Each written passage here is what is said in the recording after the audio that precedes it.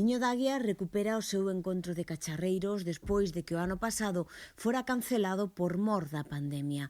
Esta localidade ourensá conserva a única alfarería viva da provincia e mira cara ao futuro con esperanza. Deste lugar sae o barro que empregan tamén artistas como a Cisclo Manzano, que non quixo faltar hoxe.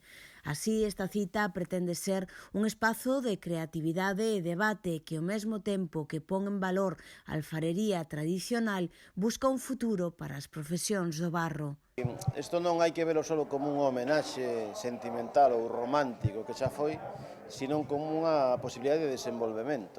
Creo que hai un negocio ao redor da alfarería, aquí hai unhas características históricas de moitos anos, de séculos, e non debemos perdelo. E, como dicía na miña intervención, isto é propio de Xunqueira. Este ano incorpórase ademais ao museo a colección de fotografías do fotógrafo alaricano José Suárez, que realizou nos anos 30 unha magnífica reportaxe sobre os cacharreiros de Niño d'Águia.